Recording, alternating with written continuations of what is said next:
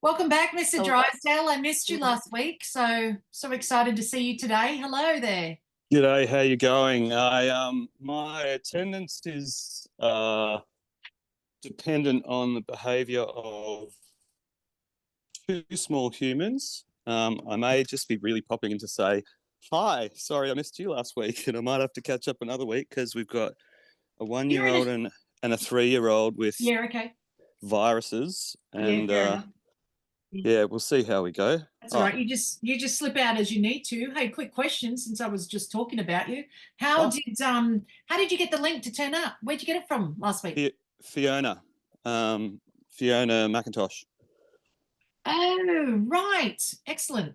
Cool. Yeah, Fiona and I did the same social enterprise accelerator program many moons ago, but at different times. I came back. Are you in Canberra? Yeah. Yeah, okay. Yeah, cool. Yeah, I knew Fiona from way back then as well. I was one of the sort of the coaches, mentors, however it was. That's how from Millhouse years ago. Yeah. Many years ago. Yeah. Yeah, I just went to their graduation for this year's cohort, and it was amazing. They're going so strong, and so many cool people doing cool things, and that's cool. I'm going to go set up for a couple of hours. They have one of the graduates runs a social enterprise cafe employing migrant women, and they're part of this social impact hub, and they do social enterprise markets. So I'm going to go set up there for a couple of hours on Saturday and try and just run little songwriting exercises with people to show them how easy it is to get started, and hopefully get a few people along to my free Zooms next week.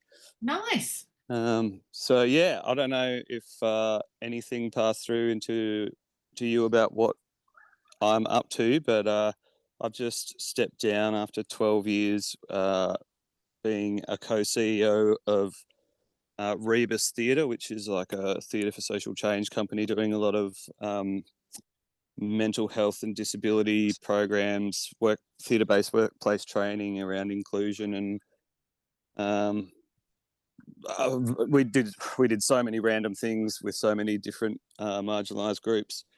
But yeah, I was pretty burnt out and got to the point where I was just doing all the crappy, boring stuff while other people were doing all the fun stuff, running programs, and it grew to the point where it needed a business manager rather than a CEO, an artsy CEO, or two artsy CEOs. And so I was like, well, I spent the last 12 years, and I'm a musician as well, but I've spent the last 12 years creating theatre predominantly with non-theatre makers. So what's my next thing? Songwriting for non-songwriters.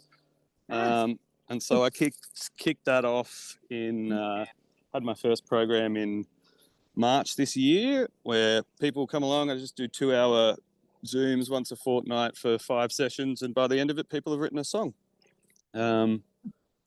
It's amazing. So I've just finished my 3rd program. I've got 2 on the go still, and I'm trying to start 2 more in a couple of weeks before the end of the year, and doing a bunch of the free 1.5-hour Zoom sessions for people to just come along and try it out for the first time and get to know me, get to meet a couple of other people who are apprehensively in the same boat, and have a bunch of fun. So yeah, I've done a couple of those in the last couple of weeks. I've got 2 more next week, and I think I might put in a couple more the following week. Yeah, look, you can't have too many, I reckon. You can't hurt yourself from overexposure. I think, well, it looks like it's another intimate group. We might flip it on its head a little bit and start with the speaker, since Ben's already What's just going on to the 10 a.m. meetings? I'm like, time zone changes. It's all going to just muck around. America has theirs this weekend, and then it'll all change. I mean, last week it looked like it was going to be a one-to-one with me and Kathy, and then Ben showed up, and Debbie Miller showed up. Yeah, it'll happen. But hey, why don't we just flip the whole meeting on its head? Ben may not be able to stay to the very end. Ben, but since you've given us some background of you and we've all got to hear it, why don't we just jump in and ask him questions? So, all right, we know you're in Canberra. You do songwriting for non-songwriters. So if someone wanted to come to you and get help, how much does it cost, Ben? It is. I have a entirely tiered system. It can cost anybody anywhere from $1 to $500. My kind of base rate is that I need per person is $300. So I fundraise to provide scholarships, so people can sort of pay what they can below $300, or they can just sign up for $300, and then I just have a $400 and $500 option for people who feel like they're getting more value than I'm charging. Okay, you've managed to complicate my question so badly. Well, I'll go back again and I'll ask, like, how much is it? So feel free to say it starts from. But here's the thing: when it comes to networking, practice saying the price you want. The fact that you might change it with someone as you talk to them personally, that's a different issue altogether. But just practice saying what it is that you want to allow the network to do the work for you. So if we go back and just use that as the $300. $300. How much does it cost to work with you? $300. All right. So my next question is, and I want you to answer as fast as possible. All right. So with not too much thought, just go for it. Okay. So it's $300. What does that entail? Does that entail me sitting down with you for, like, I'll ask, do I sit down with you for an hour and then you go off and write me a song? Is it that? No, I teach you how to write a song for the rest of your life. How to write songs for the rest of your life. We do 5 2-hour group Zoom sessions, and we go through all the elements of songwriting and various options people have to work with within those elements. And you get homework, and if you do your homework by the end of the 4th session, you've got a song. And then we do a one-on-one session after that. And then the 5th session is a listening party where we listen to all the songs that people came up with. Right. Just got to chase a 1-year-old from running onto the road. Yep. No, you're right. All right, you do that. We're going to start the meeting. I'm going to come back. We'll ask you some more questions. All right, chase the 1-year-old. It's all right, I've got him.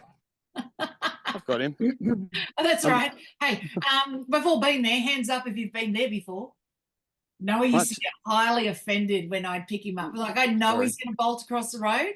He would get highly offended. Whenever he was offended, he would just scratch all the skin off your arms.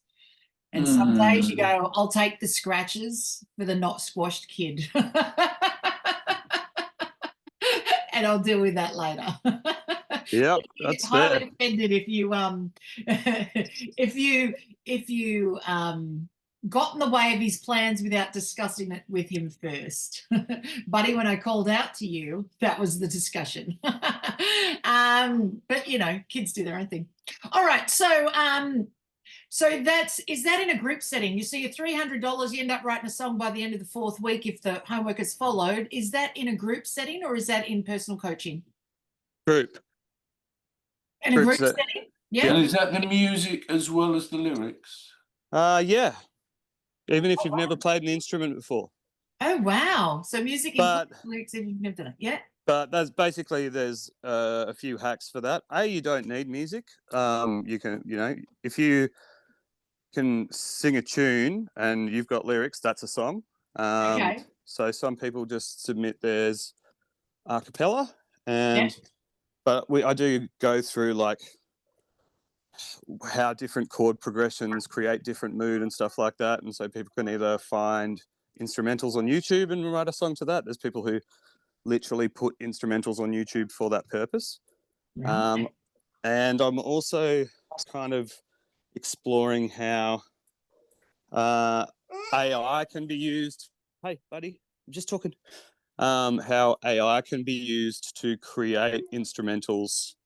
Because I had a couple of people just put their lyrics into AI and then it wrote the melody for them. And I was like, I need to harness this tool in a way that they're still actually writing and doing the homework themselves. Yep. So my right. Now, if suggestion. someone doesn't do the homework, it'd cost $600, right? Because we'd have to turn up twice. Yeah, if they Just say yes. Just say yes. If you don't do the homework, you haven't completed the song, you'll need to turn up again, and you may get it done by the end of the second lot of fourth go. And you know what? That makes sense. Some people can't do homework. That's the whole point. The reason that they're not writing songs themselves is because they actually want someone sitting with them. And so it can happen a bit sort of in class, or at least when they've got the idea in their head. So yeah, I think that's really cool. So what instruments do you play? I just play guitar myself. Okay. So some people got to a point where they sort of, he'll come soon, mate. Where some people had kind of just written a bit of a melody that they could sing. And even though I didn't think I could do this, I figured out what the chords were and recorded just a little phone recording, and they sang over it. Yeah. Okay, so I always ask this. When I have a speaker spotlight, I say, give us your quick elevator pitch and then the history of how you got started. So I think we kind of got the elevator pitch down. But no, actually, you can do that. Give us a quick elevator pitch saying what you sell, which is this songwriting, and that it costs $300. I want you to do that for me. So do an elevator pitch saying that, and then give us a quick history. How did you get started with this? Very fast history. And we'll see if we've got more questions for you. All right. Well, this is going to be fun in this current environment. All right. Anyone? Sorry, no. Start with your name. Start with your name. I want a 15-second elevator pitch starting with your name, like as if we've never met you. Hi, I'm Ben Drysdale from Songwriting for Non-Songwriters. Everyone has a story, and anyone can learn to write a song, even if you've never picked up an instrument or sang a note in your life. You can join my program for $300, and I will teach you how to write a song for the rest of your life in about 24 hours of your time. How did you get started with that? Give us a quick history. It's really, I feel like I've already answered that. I spent 12 years making theatre with non-theatre makers. I decided I wanted to live a more music-focused life, so I just decided to start songwriting for non-songwriters, and I sat down and I thought about what are all the things that you can think about when you're writing a song, and came up with a way that I actually kind of teach it to people in about 4 hours, really, because every session, like the first hour, is basically catch up, get to know you stuff, talking about what's going on. There's probably about 4 hours of curriculum, by which point the people know everything. And the rest of it is, it's about 11 hours of face-to-face with me, and about, 10 to 13, thanks mate, 10 to 13 hours of homework, and you got a song. You're good to go. Wow, we could be the next Metallica. All right, who's got a question for Ben? I do. Yep. What is your favorite thing about songwriting for non-songwriters? What is the part you like the best? Watching people who think they're doing it to learn a bit, but they probably won't write a song, write an amazing song. Ah, okay. Unexpected, huh? Yeah. On their part. It's no longer unexpected for me. Right. I just had the final session of group 3 on Monday, and I think I only cried about 3 times during it. That's cool. It's finally hearing you say it, Kathy, versus hearing Ben say it. The pennies dropped in my head. Yeah. Songwriting for non-songwriters means that Ben's not writing them. He's teaching non-songwriters how to songwrite.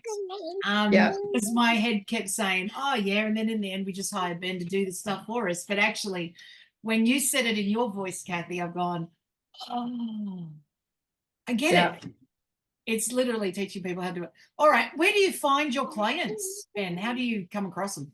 I've largely just been using Facebook and my email list so far. A couple of $30, $50 Facebook ads has actually taken me national. I've got a few people. Yeah, that last group that just finished, I have people from pretty much every state except maybe NT or South Australia. And I had someone rock up to my free Zoom yesterday who is from the US, but he's living in Georgia, the country. So I don't even know how. I set the Facebook ads to be like Australia wide, and somehow I got someone from another country. Where's Georgia, the country? What? Apparently in between like Turkey and Greece or something like that. Oh, okay. Yeah. Somewhere sort of European. Okay. Yeah. All right. Well, that's cool. That's really cool. And do you run your classes online, do you? Yeah. Okay. Just and all when do via you run Zoom. them? Well, it depends. Every time I start a new group, I do it at a different time. So I run my free Zooms at the time that I'm going to be doing the class, so that you know, I'm establishing that people are available at that time. That's clever. That's really clever. Yeah. So the ones I've got coming up are Monday mornings at 10:30 and Thursday afternoons at 2:30. So I'm doing Zooms at those times at the moment, doing the free ones. All right, buddy, I've got to go change you. No, that's all right. We're gonna finish you up. Thank you so much for being our speaker. No worries. Thanks for I thought I was just coming on to say sorry I can't really attend today, but great. There you go. You got to be the speaker spotlight. So we got some cool info from you. I'll find your details from last week and pop it into the chat box so that then we've all got it.